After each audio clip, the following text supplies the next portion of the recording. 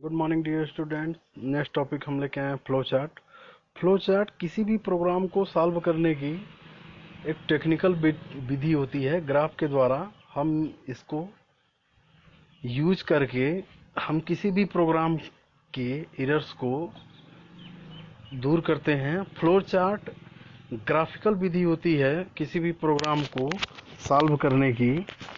तो आइए हम देखते हैं। किसी प्रोग्राम को सॉल्व करने के लिए विभिन्न स्टेप को चित्र के रूप में दर्शाना फ्लो चार्ट कहलाता है। किसी भी प्रोग्राम को या किसी भी प्रोग्राम के समस्या को ग्राफ की विधि के द्वारा सॉल्व करना ही क्या कहलाता है? फ्लो चार्ट कहलाता है। फ्लो चार्ट में विभिन्न स्टेप्स होते हैं, विभिन्न तरह के आपके चित्र होते हैं जिसका यूज करके हम ग्राफ को सॉल्व कर सकते हैं। इसका उपयोग इस वजह से करते हैं क्योंकि ग्राफ से किसी भी चीज़ को सॉल्व करने में आपको बहुत ज़्यादा आसानी होती है। जैसे हम आपसे अगर शब्द में बात कहें कि आप यहाँ से चौपन से बनारस चले जाइए, तो कहते हैं राइट जाना, फिर सीधे जाना, लेफ्ट होना, फिर राइट जाना। तो लास्ट में बनारस पहुँचाते पहुँचाते आपको हम सिर्फ यही बता सकते हैं कि left right left right left right. तो आपको क्लियर कोई चीज़ नहीं होगा। अगर उसी को ग्राफ के द्वारा हम समझा दें कि आप ऐसे जाइएगा, फिर टर्न कीजिएगा, ग्राफ बना के दे दें, तो आपको एकदम आसानी से समझ में आ जाएगा।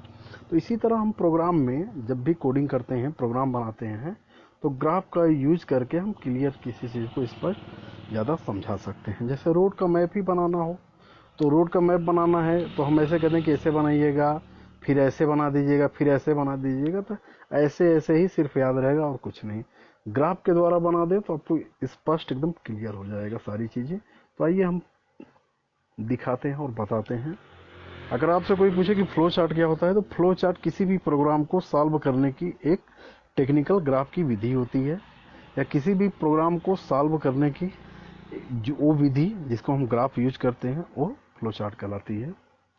किसी भी प्रोग्राम को सॉल्व करने के लिए विभिन्न स्टेप को चित्र के रूप में दर्शाना फ्लो चार्ट कहलाता है। यह तो आप जानते ही हैं कि चित्रों की क्या महत्ता होती है। आप हाथी पर 2 पन्नों का निबंध लिखकर ही हाथी को उतनी अच्छी तरह से एक्सप्लेन नहीं कर पाएंगे जितनी अच्छी तरह आप हाथी का चित्र बनाकर कर लेंगे। अर्थात किसी बात को 1000 शब्दों की अपेक्षा एक चित्र द्वारा अत्यधिक स्पष्ट रूप से व्यक्त किया जा सकता है। ऐसे ही एल्गोरिथम को यदि फ्लो चार्ट के रूप में दर्शाया दिया जाए तो स्पष्ट क्लियर समझ में आसान हो जाता है। फ्लो चार्ट हेतु कुछ स्टैंडर्ड सिंबल्स होते हैं जो आपको याद करने पड़ेंगे। देखिए, पहला क्या होता है? स्टार्ट तथा स्टॉप के लिए ये अंडाकार आकृति जो है, इसका यूज करके हम क्या करते हैं? प्रोग्राम को स्टार्ट करते हैं या स्टॉप करते हैं। दूसरा क्या है?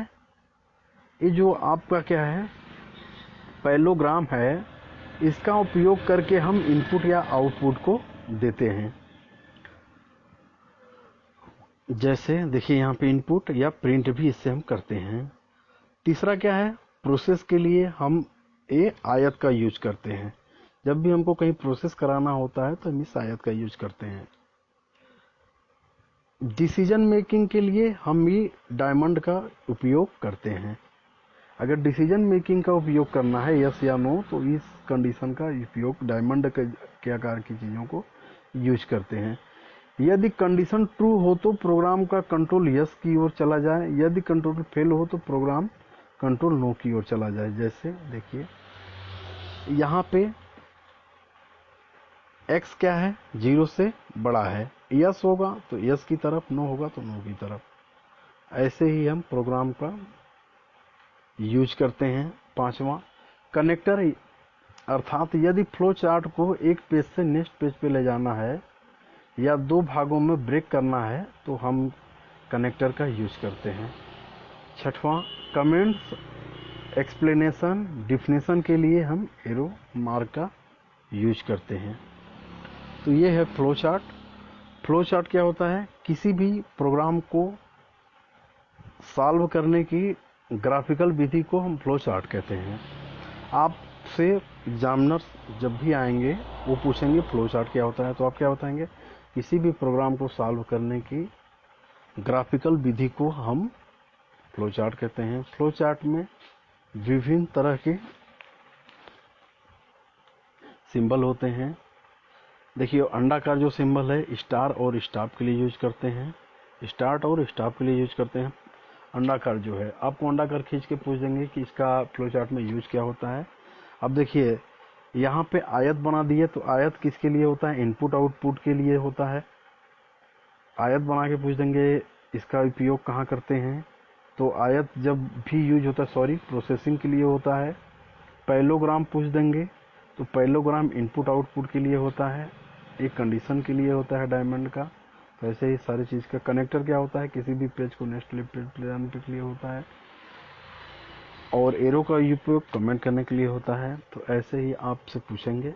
घर पे रहें, सुरक्षित रहें और पढ़ते रहें। अपने हाथों को बार बार सैनिटाइज करते रहें, मास्क लगाना ना भूलें, बेफजूल का बाहर ना निकलें।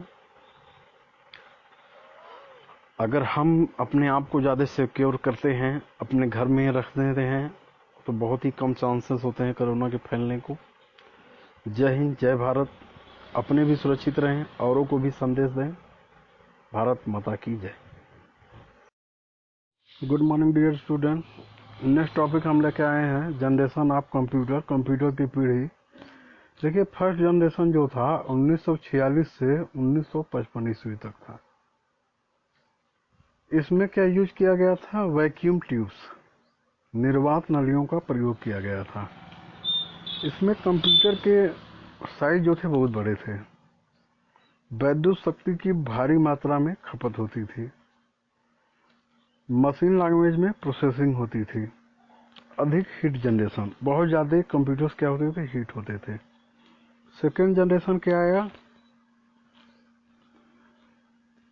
1956 से 1965 ईस्वी तक। इसमें प्रयोग में आया ट्रांजिस्टर का प्रयोग किया गया, साइज कम हो गया और कम हीट जनरेशन, थोड़ा सा कम हीट होने लगा। मैग्नेटिक टेप्स व ड्राइव का प्रयोग हुआ, मशीन व असेंबली भाषा में प्रोग्रामिंग हुई। थर्ड जनरेशन जो था 1966 से 1975 ईस्वी तक हुआ। इसमें यूज हुआ था इंटीग्रेटेड सर्किट का प्रयोग किया गया। छोटे तेज व विश्वसनीय कंप्यूटर बने और कम पावर कंजप्शन था, जो शक्ति बहुत ज़्यादा लगती थी विद्युत की, वो कम हो गई। हाई लेवल लैंग्वेज में प्रोग्रामिंग हुई थर्ड जनरेशन में। इसमें क्या यूज हुआ? IC, integrated circuit. Fourth generation जो था 1976 से आज तक का है। छोटे व तेज आईसी का उपयोग हुआ, वेरी लार्ज स्केल इंटीग्रेशन तकनीकी का उपयोग हुआ, उच्च क्षमता वाले स्टोरेज ड्राइव्स यूज हुए। फिफ्थ जनरेशन जो था आज से अब तक ये चल ही रहा है, आर्टिफिशियल इंटेलिजेंस का उपयोग किया गया। कंप्यूटर का जनरेशन फर्स्ट जनरेशन में क्या यूज हुआ? Vacuum tube. सेकेंड जनरेशन में ट्रांजिस्टर। थर्ड जनरेशन में आईसी। फोर्थ जनरेशन में वेरी लार्ज स्केल इंटीग्रेशन, मतलब छोटे व तेज आईसी का उपयोग हुआ। फिफ्थ जनरेशन में इंटेलिजेंस, आर्टिफिशियल इंटेलिजेंस का उपयोग हुआ। एग्जामिनर जब भी आएंगे आपसे पूछेंगे फर्स्ट जनरेशन में क्या यूज हुआ, सेकेंड में क्या हुआ, थर्ड में, फोर्थ में, फिफ्थ में जनरेशन पूछते हैं, और क्या यूज होने से क्या कम हुआ, क्या ज़्यादा हुआ, ये सब सारी चीज़ें।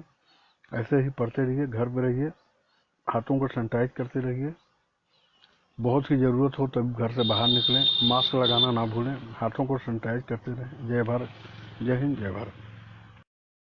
Good morning dear students. Next topic हम लेके आए हैं क्लासिफिकेशन ऑफ कंप्यूटर, कंप्यूटर का वर्गीकरण।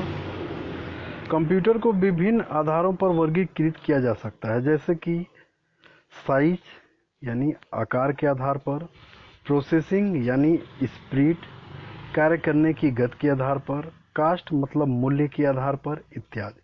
कंप्यूटर को इन सारे बेसिक आधार पे हम कंप्यूटर को वर्गीकृत कर सकते हैं। कंप्यूटर, डिजिटल कंप्यूटर, इसमें डाटा बाइनरी प्रारूप अथवा 0-1 के रूप में स्टोर होता है। डिजिटल कंप्यूटर्स, एनालॉग कंप्यूटर्स यह सतत मान वाली राशियों पर कार्य करते हैं। हाइब्रिड कंप्यूटर, कंप्यूटर मुख्य 3 प्रकार के हैं: digital computer, analogue computer, hybrid computer. Digital computer, इसमें डाटा बाइनरी प्रारूप अर्थात 0-1 के रूप में स्टोर होता है। एनालॉग कंप्यूटर, यह सतत मान वाली राशियों पर कार्य करते हैं। हाइब्रिड कंप्यूटर, इनमें एनालॉग तथा डिजिटल दोनों तरह की खूबियों का समावेश होता है। डिजिटल कंप्यूटर निम्न तरह के होते हैं: super computer, mainframe computer, mini computer, micro computer, laptop, palmtops, embedded computers, इन तरह के कंप्यूटर्स होते हैं। डिजिटल कंप्यूटर डेटा को बाइनरी प्रारूप में स्टोर करता है। बाइनरी प्रारूप मतलब 0-1 मशीन भाषा में स्टोर करता है। डेटा को स्टोर करने हेतु उसे बाइनरी प्रारूप में कन्वर्ट करना आवश्यक होता है। इसी का पार्ट सुपर कंप्यूटर है। Super computer latest, fastest, most powerful, most expensive, बहुत ही महंगा होता है, बहुत ही लार्ज होता है, लार्जेस्ट होता है, फास्ट होता है, मोस्ट पावरफुल, बहुत ही सुपर वाला कंप्यूटर होता है। 1 सेकेंड में अरबों इंस्ट्रक्शन को प्रोसेस कर सकते हैं। अत्यंत जटिल गणनाओं हेतु प्रयोग किए जाते हैं। भारत में निर्मित सुपर कंप्यूटर पैरा, रैम और अनुराग, पहला सुपर कंप्यूटर 1960 दशक में यूएसए में निर्मित किया गया।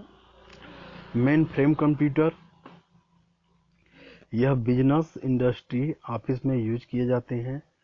यह बड़े उच्च शक्ति के कंप्यूटर होते हैं जो 1 सेकेंड में अरबों इंस्ट्रक्शन प्रोसेस कर सकते हैं। मल्टी प्रोसेसिंग क्षमता वाले होते हैं, कई प्रोसेस को एक साथ कर सकते हैं। मिनी कंप्यूटर, यह भी शक्तिशाली कंप्यूटर होता है जो कई यूजर्स को एक साथ सपोर्ट करता है। मिनी कंप्यूटर की स्पीड मेनफ्रेम कंप्यूटर से कुछ कम होती है। पहला मिनी कंप्यूटर 1960 दशक में डिजिटल इक्विपमेंट कॉरपोरेशन डेक द्वारा रिलीज किया गया। Deck PDP-8 micro computer, mini computer sorry, micro computer, इनको माइक्रो कंप्यूटर इसलिए कहा जाता है क्योंकि इसके द्वारा प्रयुक्त पावर अपेक्षाकृत कम होती है। इसको विद्यालयों, घरों व ऑफिस में उपयोग किया जाता है। लैपटॉप कंप्यूटर, यह एक पोर्टेबल यानी एक स्थान से दूसरे स्थान पर आसानी से ले जाने योग्य कंप्यूटर होता है। आधुनिक लैपटॉप की प्रोसेसिंग क्षमता काफ़ी अधिक होती है। इसमें क्रैक बॉल या माउस तथा liquid crystal display, LCD screen को क्रमशः इनपुट तथा आउटपुट हेतु प्रयुक्त किया जा सकता है। लैब का अर्थ होता है गोद, चूंकि इन कंप्यूटर को गोद में रखकर कार्य किया जाता है और इन्हें लैपटॉप कहते हैं। Palm top computer, palm top computer को पिको कंप्यूटर भी कहते हैं क्योंकि इसका साइज बहुत छोटा होता है। इसको PDA पर्सबल डिजिटल असिस्टेंट भी कहा जाता है तथा यह फोन डायरेक्टरीज मेंटेन करने हेतु, कैलेंडर, कैलकुलेटर, अपॉइंटमेंट करने हेतु यूज किया जाता है। एम्बेडेड कंप्यूटर, यह घरेलू इलेक्ट्रॉनिक उपकरणों जैसे कि micro oven, toaster, video cassette record VCR, video game player, air condition, washing machine इत्यादि में पाए जाते हैं। एम्बेडेड कंप्यूटर होता है, इसको ऑटोमोबाइल में भी यूज किया जाता है। एनालॉग कंप्यूटर, यह सतत मौलिक राशियों को स्टोर करने हेतु तथा उन पर कार्य करने हेतु प्रयोग किए जाते हैं। अर्थात ऐसी राशि जिनका मान सतत रूप से परिवर्तित होता है तथा अनंत मानों में से कोई भी मान ले सकता है, जैसे कि ताप, दाब, धारा, वोल्टेज, स्पीड, त्वरण, वेग इत्यादि। वो एनालॉग कंप्यूटर कहलाते हैं। एनालॉग कंप्यूटर बहुत ही अच्छा मोस्ट पावरफुल कंप्यूटर होता है। इसको स्पीडोमीटर, आयल, रिफाइंड में ताप तथा flow measurement, traffic light control system इत्यादि में यूज किए जाते हैं। जैसे देखिए स्पेक्ट्रोमीटर, स्पीड मीटर में, जैसे स्पीडोमीटर में यूज किया जाता है। आयल रिफाइन, जैसे आयल रिफाइन जब भी बनता है तो उसके ताप को फ्लो मेजरमेंट करने में होता है। ट्रैफिक लाइट कंट्रोल, जो ट्रैफिक लाइट कंट्रोल होता है, ट्रैफिक जहाँ लगा होता है वहाँ पे लाइट कंट्रोल होता है, उसको कंट्रोल करने में भी एनालॉग कंप्यूटर का यूज किया जाता है। हाइब्रिड कंप्यूटर, यह एनालॉग तथा डिजिटल कंप्यूटर दोनों की खूबियों यूज करते हैं। इनको कोई विशेष कार्य हेतु यूज किया जाता है। इसको मौसम के हाल की जानकारी के लिए, जैसे मौसम, मेट्रोपोल्यूशन, मेट्रोलॉजी में भी इसका यूज किया जाता है। मौसम विभाग में, अस्पतालों में मरीजों के हार्ट बीट, जब ईसीजी किया जाता है, हार्ट बीट नापता है, तो वहाँ पे हाइब्रिड कंप्यूटर होता है। ब्लड प्रेशर मॉनिटरिंग, जब ब्लड प्रेशर मापा जाता है तो उसकी मॉनिटरिंग होती है, तो उसमें भी हाइब्रिड कंप्यूटर का यूज किया जाता है। बहुत ही मोस्ट पावरफुल कंप्यूटर्स हैं। ये कंप्यूटर्स विशेष तरह के बने होते हैं। बहुत ही अच्छा कंप्यूटर है जिससे हमारा बहुत सारा काम हो रहा है। ऐसे ही पढ़ते रहिए, घर पे रहिए, सुरक्षित रहिए, अपने हाथों को बार बार सैनिटाइज करते रहिए, मास्क लगाना ना भूलें, घर से फालतू में ना निकलें, बहुत ज़रूरी काम हो तब घर से बाहर निकलें। यह संदेश अपने भी फॉलो करें और दूसरों को भी बताएं। घर में रहें, सुरक्षित रहें। जय हिंद, जय भारत। अगर हम ऐसा प्रयत्न कर रहे हैं तभी हम कोरोना से जीत सकते हैं। जय हिंद, जय भारत।